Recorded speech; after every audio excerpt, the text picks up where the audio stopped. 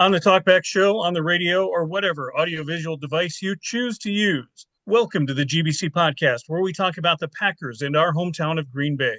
We are the official podcast of the Lot 1 Tailgate Party, which is at Lambeau Field every home game. This is episode 115, created September 22nd, 2025. I'm John. I'm in Appleton, Wisconsin. Along with me, Jeff in Minnesota, and Neil on the East Coast. Say hello, gentlemen, and tell us what you're drinking. What the Packers did on Sunday wasn't merely incoherent, it was decoherent. And I am having a Spyglass Brewing Company Decoherence Double IPA. Good evening, gentlemen. After the debacle against Cleveland, there's only one thing you can do.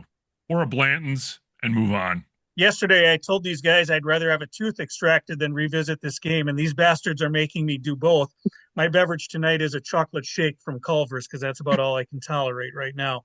Hey, you can find us on YouTube and Twitter at Green Bay Chat and Facebook at the GBC Podcast, Green Bay Chat. And just the audio is available at Apple Podcasts as well as Spotify by searching for Green Bay Chat. Well, we are 3 weeks into the NFL season. It is the first day of autumn. The only thing that we're missing, Neil, to cheer us up is the autumn wind as recited by John Facenda. When I do game analysis, I look at all of the positives and negatives, and I also look at very specific moments of the game. This is the most important moment of the game because this is a list of all of our penalties in the game. It's a whole page. We had 17 penalties in that game, and it is impossible to have a good offense, defense, and special teams, or even one of those if you're making that many penalties. And obviously the defense played well for parts, but come on. We cannot have those levels of penalties and expect to win a football game. I don't care who you're playing. You mean 8 penalties in the fourth quarter? 10. There were 10 penalties in the fourth quarter. 2 of them were declined. It was 10 penalties in just the fourth quarter. Well, Neil, at least none of them were unsportsmanlike conduct penalties. Does it really matter when you're making that many? That's just how does that happen? Yeah, that's a lot of penalties in the fourth quarter. It is incoherent. How does this happen? This is a team that, for the most part, defensively, we'll say, played well through 3 quarters, but you just cannot overcome these types of mistakes in that fourth quarter. Cleveland played a solid game. Green Bay shit the bed, for lack of a better phrase. Well, I think the cannot do X in the fourth quarter is part of the problem because our first 2 games, we didn't have to play 4 quarters of football. We could essentially just kill off clock in the fourth quarter. And I think yesterday it showed that we have not had to play a full 4 quarters of football yet because we certainly were the lesser team in the fourth quarter. But we were ahead 10-0 with about 4 minutes to play, Neil. Yeah. I mean, we had put together a good enough game to squeak out a win. Albeit as ugly, even at that point, as it was, there was still a possibility, a really high probability, actually, of us winning. Only 10 points, though, to Neil's point, isn't enough to kind of cruise through the fourth quarter. We haven't, from that respect, put 4 solid quarters together yet on the season. And it is because of that. Yeah, Jeff, well, let's also talk about what happens with an 18-point lead with 4 minutes and change remaining in the game as well. It can happen. This team they didn't seem ready the entire game, for that matter, but the fourth quarter was terrible. Was this the dreaded overlook game that we sort of were concerned about? I said it last week. I said, let's not overlook the Browns and prepare for Dallas. Yes, this was. Overlooked implied that they were lackadaisical. I didn't think that they looked lackadaisical. I think they looked overmatched. I think they were just soundly beaten. And specifically, our offensive line was soundly beaten. But the fact of the matter is that they had parts of their game that were able to do things throughout. And I just don't think that brain farts, and when you make as many penalties as you do, that is a brain fart element. That's not overlooking team. That's just being shitty. You're right, Neil. So is that a coaching situation then? Well, there were a number of things that were coaching situations in that game. And let's just start out with the end of the third quarter when Jordan Love has the opportunity to just wait for the end of the third quarter and start that first play at the beginning of the fourth quarter. We fundamentally gave them 30 seconds at the end of the third quarter by snapping a ball. And at the time, my thought was, well, if we saw a mismatch and Jordan Love could take advantage of that mismatch, well, then that is the play call to make. Well, clearly, given that Jordan Love was sacked, we didn't see a mismatch. And that was a terrible play, but that's fundamentally got to be Matt LaFleur saying, listen, Only snap it if you see an obvious mismatch that you can take advantage of. If you're going to guarantee the first down, that's a completely different situation because it was a 3rd and 1 at that point, right? All we needed was 1 yard. We advanced the ball. We probably have the ball for another 3, 4, 5 minutes with that 10-0 lead, and it's not going to matter if we can move the ball like that. Instead, we not only didn't get the first down, we gave them the ball back, and we gave them that 30 seconds gift. I feel like what they were looking for is the element of surprise. Like you're expected to cadence and try to get them to jump off sides and things like that for them to actually run the play, element of surprise, but they still didn't even have that in that play. But yeah, just the whole, I think this is a coaching preparation issue on down. Preparation definitely. Add a couple of injuries to the offensive line. Yeah, that offensive line got mismatched, but it also became a patchwork offensive line literally after the first play. That's fine, but then make the adjustment. Roll Love out. He was trying to get the ball out of his hands, obviously, quickly because he was constantly under pressure and did end up taking those 5 sacks. I don't know if was he unsure? Was he just not sure where the ball was going? I mean, he made a couple great plays in this game. Absolutely. But he was rattled. I think you can take that next drive in the fourth quarter where, again, we still have a 10-0 lead. And we've got 2 consecutive incompletions from Jordan Love to Josh Jacobs that were both poorly thrown to Josh Jacobs. And that was possibly rattled, but it was also not good play from Jordan Love's perspective. I do want to back off on that because I think we're completely screwed if we don't have Jordan Love in this game. And he made some really spectacular plays. And it should have been a lot more than 10 points for our offense, except for all of these miscues. And going back to, well, it says patchwork line, but a patchwork line shouldn't have 6 penalties that are essentially either legal motion, illegal formation, false start, etc. 6 penalties on the offensive line that were basically just stupidity penalties, not paying attention, not doing your job. That should not happen for a professional athlete. And if you're somebody who's not part of the starting 5, say somebody like a Jordan Morgan, this should be even more incumbent on you because you want to break in and you're not going to do it by brain farts. So in addition to the crappy penalties and all the other things, no running game, none. No. So is that a scheme? Is that experience? Is that just Josh Jacobs having a horseshit game? He never got going. He had 16 carries and 30 yards. Jeff, can I tell you it's actually worse than that? Because in the second half, Josh Jacobs had 10 carries for 9 yards. 0.9 yards per attempt for Josh Jacobs running in the second half on 10 attempts.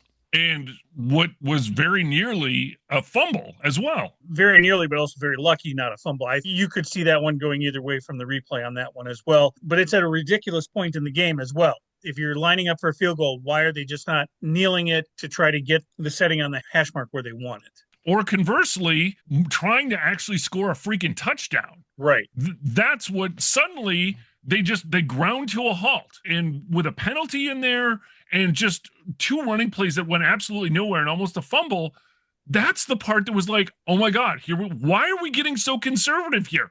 Either kneel down a couple times, kick the field goal, or actually try to throw the ball downfield. Do something. After, mind you, they had 2 big plays, defensive pass interference and 18-yard pass to Kraft. They were moving the ball in the air, and then they decided, no, this is close enough. This is good enough. We're just going to kick the field goal. They won't have enough time left.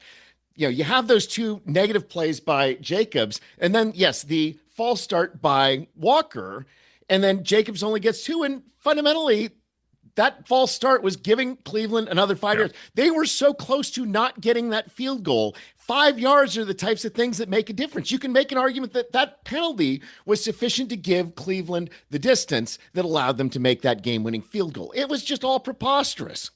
And it stopped the clock. That was the other thing. Can we move on to something maybe a little positive here? Or are we just I'm not there yet because I think that one of the things is that we said our defense overall played a great game, right? They only allowed 221 yards, but of those 221 yards, 103 of them were to Cleveland in the fourth quarter. Cleveland got almost half of their yards in the fourth quarter. They had 15 first downs in the game. 9 of their first downs were in the fourth quarter. Cleveland did a lot of damage to us in the fourth quarter after in the first 3 quarters, our defense did a spectacular job. And specifically, Cleveland only had 12 yards in the entire third quarter. Everything was looking great once that fourth quarter started, and then it fell apart on offense, it fell apart on defense, and it fell apart on special teams. Yeah, all three facets, but without the defense, Neil, you don't have this 10-0 lead at this point. There are some positives in this defense. In the first half, shutting out Cleveland, this is a defense that through 3 games has allowed 6 points in the first half. Let's not forget Rashawn Gary picked up 2 sacks in this game as well. They did their job to allow the offense the opportunity to get the lead and maintain a lead. It does fall apart in the fourth quarter, but the defense before that has a good day. 3/4 is really good as far as the defense is concerned. And just to emphasize, the Cleveland Browns had only 118 yards in the first 3/4, right? I mean, they did a great job. 5 tackles for loss, 3 passes defense, 10 quarterback hits with 3 by Gary and 2 by Parsons. Quay Walker with 14 tackles in that game. There were a lot of things that looked really good. I would say the only statistical thing that looked good that may not have been quite so good was Xavier McKinney with the interception when he should have batted it down and maybe given a chance for a toss in the end zone. But I think that's a nitpicking because that's a very low percentage play. Cooper missed an interception in the fourth quarter. I think that's, maybe, but again, he was in the right position. He was in the position to make that play. So yeah, you're right, John. And that's what makes that fourth quarter so much more frustrating, is because it was so good until that point.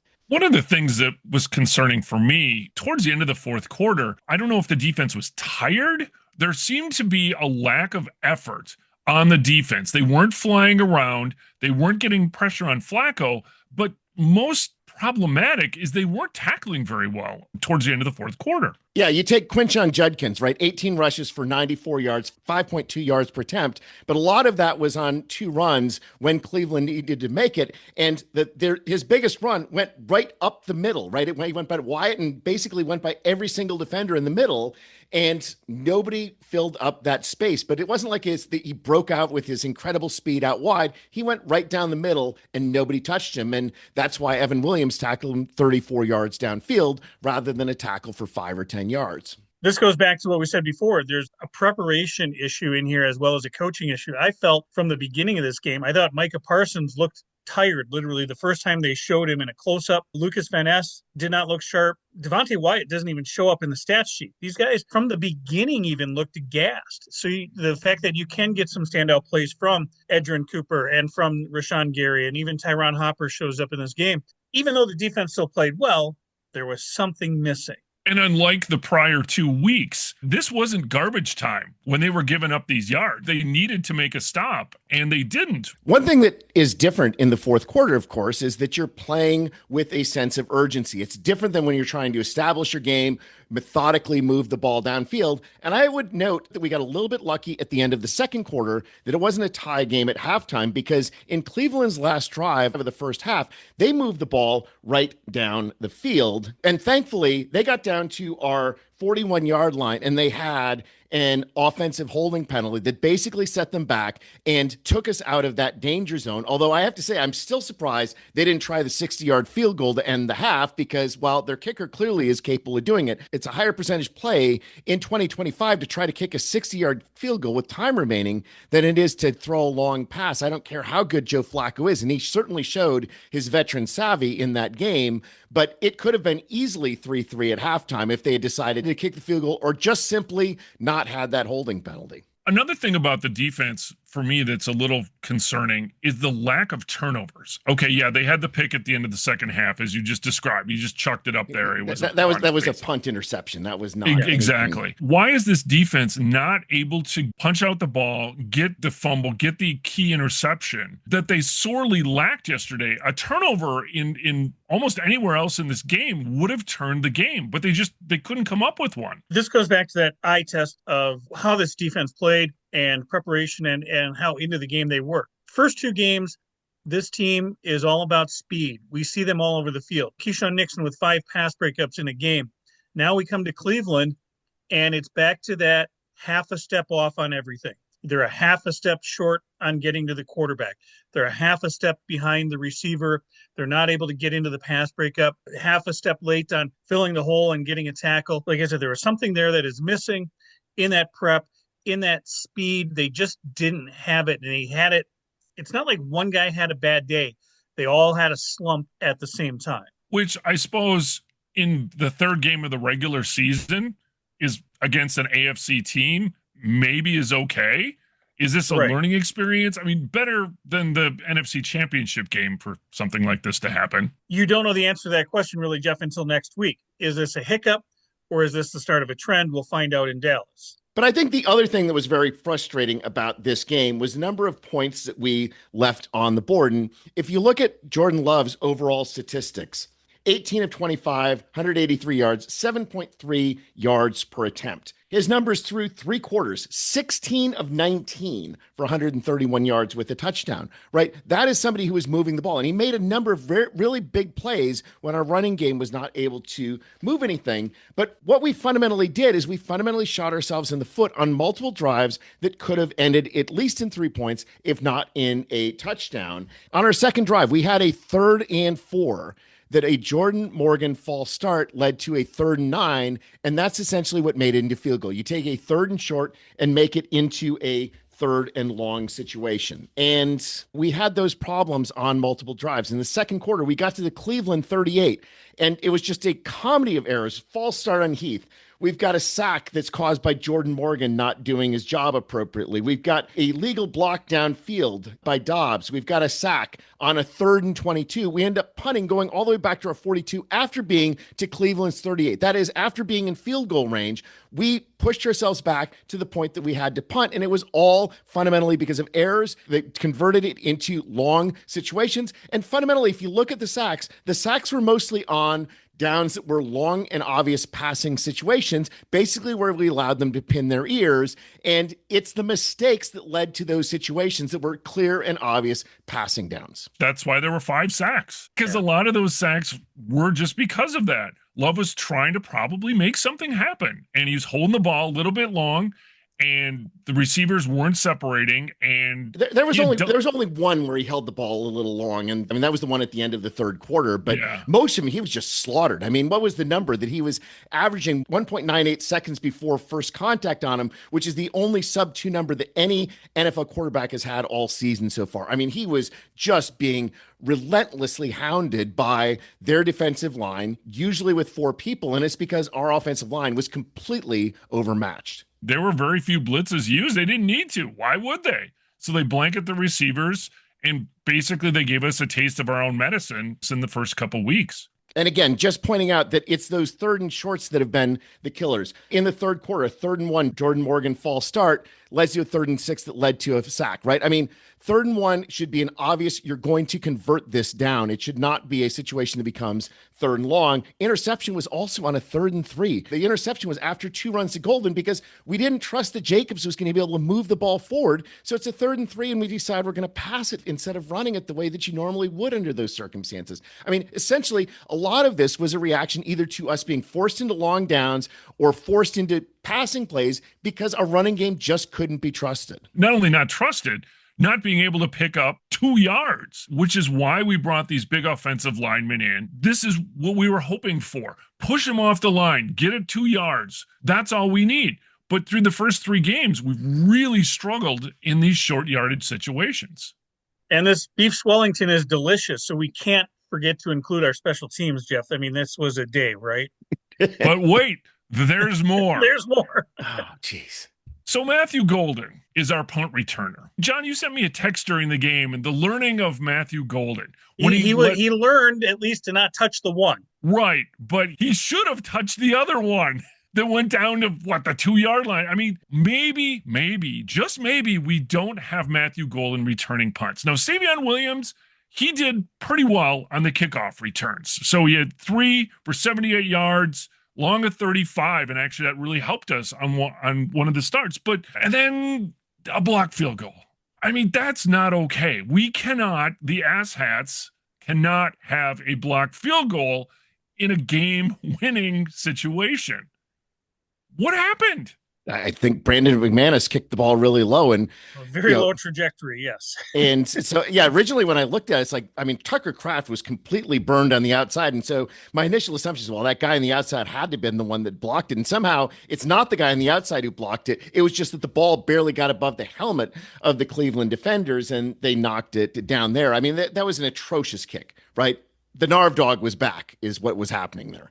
And then on the game-winning field goal of 55 yards, we were offsides. So Keyshawn Nixon was offside. So had somehow they missed that game-winning field goal, they would have got another chance 5 yards closer. That would have been just the kick in the balls, right? If that they missed the field goal, we're celebrating, and then they get to kick it again and win it. And those weren't even the only mistakes, right? In addition to the Keyshawn Nixon penalty, we had 3 other penalties on special teams. One, a Tyron Hopper illegal formation on a punt, and then on the kickoff, on the drive that preceded the Jordan Love interception, we had 2 penalties. So Savion Williams took it out to the 34. We not only had a hold on Lucas Vines, but also Kingsley Enagbari had a hold. We had 2 penalties on that, and that's why we started in the 18. And maybe if we're not starting in the 18, we don't feel that same level of desperation to move the ball forward. We're not desperate to throw it. We just run the ball and kick it deep for them and let it go. But starting from the 18, it's like, well, they're going to get the ball in good field position. So maybe we got to make something happen. Maybe we've got to make sure that we get that first down. It was appalling all the way around. Well, because those holding penalties wiped out a 26-yard return. We had good field position, but then we didn't. You also have to presume you get a 26-yard return, Jeff, not because there's 2 holding penalties on the return. That's why it looks so darn good. Yeah, I mean, it could have been a bad return, but that doesn't say anything good about the Assets either. Like either we're going to have a shitty return or we're going to have a holding penalty such that it initially looks good. And one might note that on McNass's field goal in the first half, Larry McCarron stated that looked like that one could have been blocked as well. So it's like, this was what happened at the end of the game was essentially just a repetition. And I'm willing to bet Cleveland's coaches looked at that and said, well, let's pressure the ball right here. Clearly, Brandon McManus was prioritizing getting maximum distance and not worrying about whether he had to make it over people. And the fact is, you don't have to try for a 70-yard field goal when it's only 43 yards. Kick the ball higher so it goes over the other team and over the goalpost. We've got a lead now, and Cleveland's got no time. We win the game. A better kick, and we win the game. We're not worried about any of these things. But wait, there's more. So the game was not over at this point. It was still tied. It was still 10-10. Okay, defense, very low time on the clock. Just let's force overtime. Maybe our fortunes will be better in overtime. Let's just shut them down and play to overtime or not. I don't know, Jeff. I'm kind of glad I didn't have to watch any more of this game. So the fact that it ended with that field goal, I'm good with. I didn't want to watch more of this game. But I might hope maybe they learn, and you could just take the cynical view that, well, they clearly need more conditioning so they can play 4 quarters, and what's better to give them conditioning to make them play 5 quarters in the game. If you can't play 4, you may as well play 5, right? How much worse is it going to get? You know, at some point in the fourth quarter, I was like, okay, I'll take a tie. At this point, it was that ridiculous. Just a couple more elements as far as the game is concerned. We talked about Matt LaFleur's terrible time management in the end of the third quarter, but how many timeouts did we have? Basically, because we couldn't get the play call in time, and essentially it was either a timeout or a delay of game. That's coaching. You can't call that anything other than coaching. I want to go back to the Josh Jacobs situation, and Josh Jacobs on the year is minus 25 yards rushing over expectation, RYOE. He is the last place running back in the NFL for rushing yards compared to the expectation. This is just basically an analysis of where the holes are and how many yards an average rushing back is going to get. He's minus 25 to expectation. He is clearly underperforming in key situations. I would say the only thing I was really happy about with the Josh Jacobs portion of the game is, well, I would have rather he scored a touchdown, but on the other hand, we don't have this stupid streak of consecutive games of him scoring a touchdown, because I thought that we got down to the 3-yard line and tried to force it to him in a situation where we should be just making the best possible play calls. Yeah, that seemed pretty obvious. Those first 2 handoffs were going nowhere. I'm going to finish on a positive. You know what I really liked in rewatching the game? Matthew Golden had beautiful downfield block. He made some pretty critical blocks on some big plays, both on passing plays and running plays. And I really enjoyed seeing somebody who's known as a speed guy. You wouldn't think of him as somebody who's going to overpower defenders, but he was overpowering defenders and making holes out there. He and Kraft both were very good downfield, and let's just hope that they build on that for future games. And Matthew Golden was the leading receiver with 4 receptions for 52 yards on those 4 targets. Now, the one that was downfield, his long 34-yarder, gorgeous. And let's work on keeping on balance when you catch a 34-yard pass because that should have been, that should have been a he 96-yard had touchdown. clear sailing, and with his speed, there are angles that you look at that and what could have been would have been very huge. But baby steps, and I think he's going to get more involved as we go forward. The other positive as far as the offensive side of the game that we haven't mentioned is Jordan Love had a couple of key runs that helped move drives along. Now, I wish he had slid maybe a half a yard later on one of those. But other than that, I mean, he's clearly showing that when he needs to move, he's willing to run and move the ball forward. And there was a significant part of the game where that was the most important part of our rushing attack was Jordan Love escaping pressure. And I think that this is something that Matt LaFleur can build on as far as the game planning and play calling. Well, through 3 weeks, there are 6 teams in the league that are 3-0. Green Bay is not one of them. And it's a game like this where you look at it, and even in the week leading up to it, once you start hearing things come out in the media, people being interviewed, talking about how a team can go undefeated, right there, you jinxed it. Please don't do that. All right, we got that out of the system. You got the loss. Now build from the mistakes. As we said earlier, Jeff, is this game the anomaly or is it the start of a trend? We'll find out when we head to Dallas. In a post-game interview after the disastrous Cleveland game, Micah Parsons stated, "We shit the bed." It wasn't wrong. John, you had the same analysis, to be fair. I did, yeah. And let's hope this is just a one game, again, an anomaly, Jeff, right? That this isn't a trend that's going to continue. We'll find out as the team heads to Dallas. And it is a game that was immediately marked on the schedule once the trade for Micah Parsons was made. It's a game that I fear they were looking forward to and overlooked Cleveland. Doesn't matter. The Cleveland game is over. If they were looking ahead to Dallas, well, fine. Be ready for Dallas. Let's get down to Dallas and let's kick some ass going into the bye week. You've got an early bye this year. This is a great time to put a statement in saying, the first 2 games are who we are and keep playing that way. Let's head to Dallas and do that. Neil, what do you think is going to happen this week? We certainly have our opportunities against Dallas. And I think the key numbers are the Giants scored 37 points against them in a loss, and the Bears scored 31 points as the Bears beat the Dallas Cowboys. So the Cowboys' only victory over the Giants, who now appear completely helpless. And you'll notice those big point numbers, and that's really where the opportunities. I'm going to go right to DVOA numbers for defense. DVOA for defense, Packers are number 1. Dallas is number 32. Big dichotomy between those defenses. You look at defensive yards, Packers 3rd, 232, Dallas 30, 398 yards a game, 31st in yards per game passing for Dallas, 17th in running. So if we need to get our passing game going, if we need to get our offense going, this is where we've got our opportunity. Right. Looking at just those last 2 games, Russell Wilson having nearly a career day in the overtime loss over there in Dallas. And then last week, Caleb Williams having a career day for Chicago. Chicago looked really good, albeit in Chicago. They still looked really good against the Cowboys. And it's those 2 games that give you hope. Will this team be prepared to go to Dallas and do what they need to do? I think this is a must-win game for both teams. I think both of these teams need to establish who they are. I like us. I think the last game was an anomaly. I think we can overcome that. And there's also a little bit of a homecoming here for one Micah Parsons as well. You're not going to hear that more than 53 million times. Do not drink. Do not play a drinking game that involves drink every time Micah Parsons used to be in Dallas is involved or Micah Parsons traded, because you are certainly going to be dead. Now, our defense is going to have to play well because Dallas right now is 3rd in the NFL in offensive yards per game at 394 yards per game, 3rd in the NFL in passing yards per game at 269. So, yes, that pass rush is going to be critical as far as stopping Dak. Now, we do have the advantage that CeeDee Lamb is going to be out, but Dak has been playing better this year. I mean, we all watched that opening game between the Cowboys and the Eagles, and it looked like Dallas was actually going to be competitive. It looked like they were only a pass rusher short of being able to beat the Eagles, and that was mainly because of how their offense did, and maybe Philadelphia was stumbling on their offense, and that made Dallas's defense look better than it otherwise would. But Dallas has got a really potent offense, and when you look at the overall numbers, DVOA, they're also 10th. Packers offense, the game against Cleveland hurt us. There's no question about it.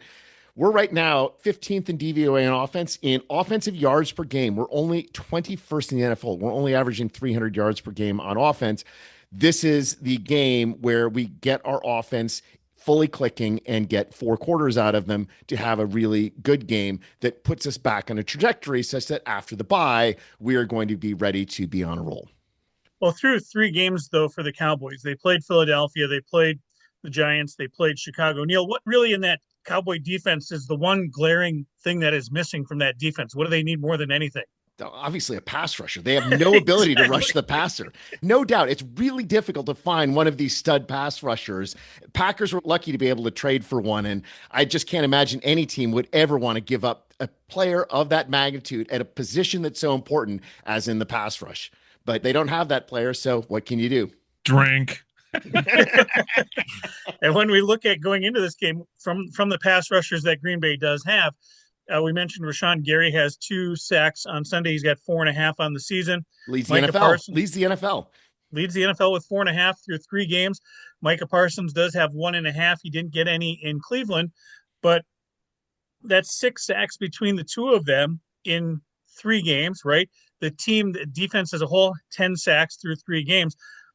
This is a game where, I think the defense has got to be ready to feast. Well, and I think Micah Parsons might have a wee bit of motivation coming to this. Because why, Jeff? Say it. Drink. Jerry Jones. I think there's nothing more than Micah wants to get Dak on his back 3, 4, 5 times. This is the statement game. This is what everybody's been waiting for. Can they come out? They have to come out. The defense has to dominate here. The Dallas defense is porous at best. Both teams have major injury issues on the offensive line. So I think these defensive lines have got to be just thinking, wow, what an opportunity. The other thing, of course, is making sure that the other team doesn't convert, and defenses on third down. The Packers are actually 6th in the NFL right now in third down conversion percentage for defense. They're only allowing 32%. Dallas, 32nd in the NFL in third down conversion for defense. They're allowing 54% of third down conversions to be made.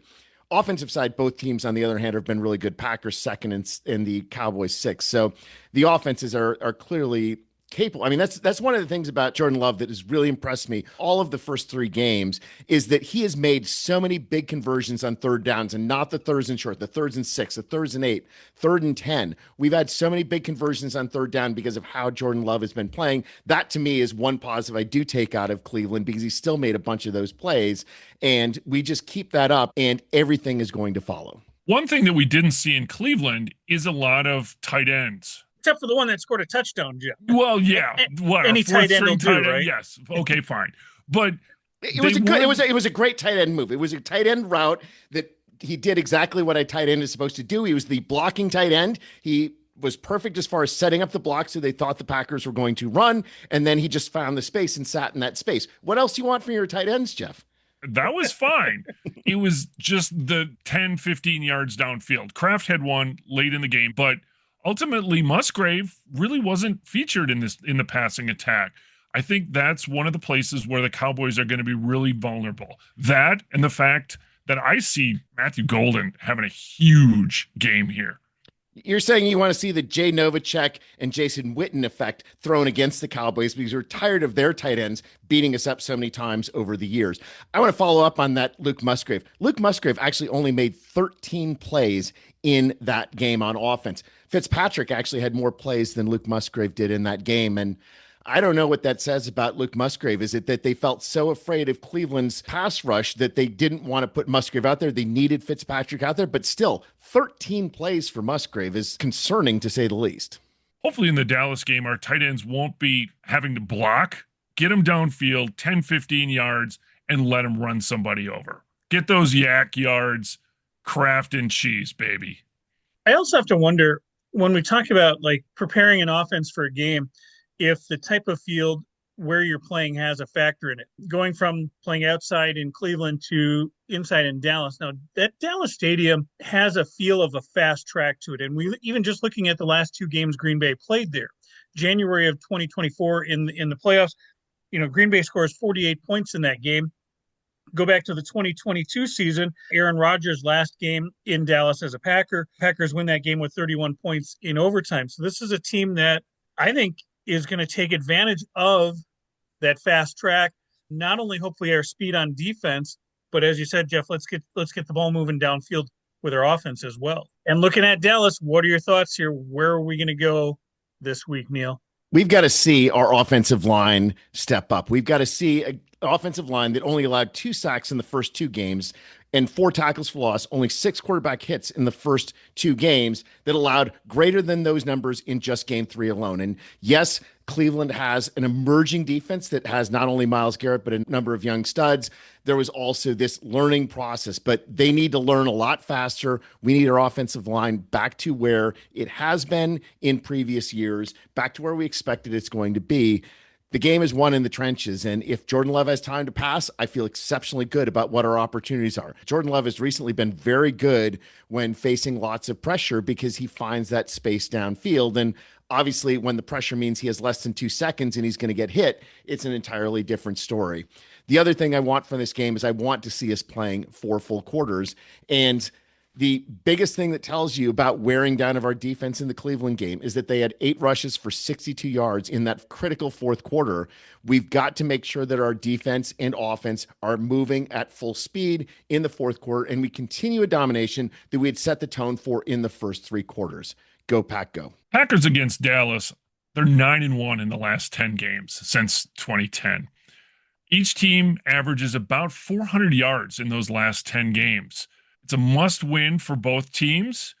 Both teams have significant injury issues. Sunday night game at Jerryworld in Dallas. Micah Parsons, drink, extra motivation. Packers offense have to prove that they can score. The Packers defense has to create more turnovers and stops. The Packers asshats, be better. Come on. Just don't be asshats. That's all I ask. Big win for the Packers. Go Pack, go. And just taking a look at, again, the success Green Bay has had there recently. Dallas now with a new head coach, right, and an owner and a GM who we've already mentioned isn't making some of the best moves. But not only is this a Micah Parsons going back to Dallas, but we get a little Kenny Clark reunion as well with this game. It'll be nice to see Kenny. You know, I hope Kenny does well, just not this Sunday, because we like Kenny Clark. He's still a young player and a solid player on a defensive line. So we're looking forward to Sunday night in Dallas. In the meantime, if you're watching us on YouTube, please hit subscribe and leave a comment.